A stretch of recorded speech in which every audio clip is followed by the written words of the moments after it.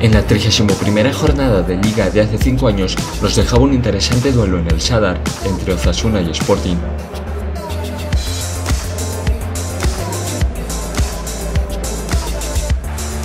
El equipo rojillo sabía que se encontraba al borde de la zona de descenso y no podía perder ante un Sporting que se asentaba en ascenso directo tras las derrotas consecutivas del Valladolid.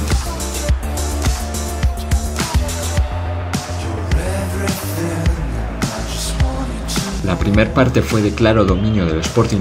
Los guajes exprimían al máximo sus oportunidades de gol, generando constante peligro en área rival.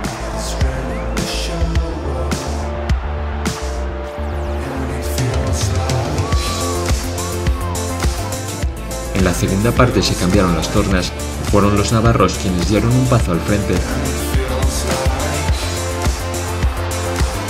En más de una ocasión, Alberto García salvaba los muebles y mantenía al Sporting puesto en el partido. Veteranos como Flan y Nino se echaban al equipo a la espalda, haciendo que el conjunto rojillo y su afición se vinieran arriba. El Sporting intentó aprovechar sus oportunidades de cara a gol, pero hacía riesgo, estaba atento para negarle cualquier oportunidad a los visitantes.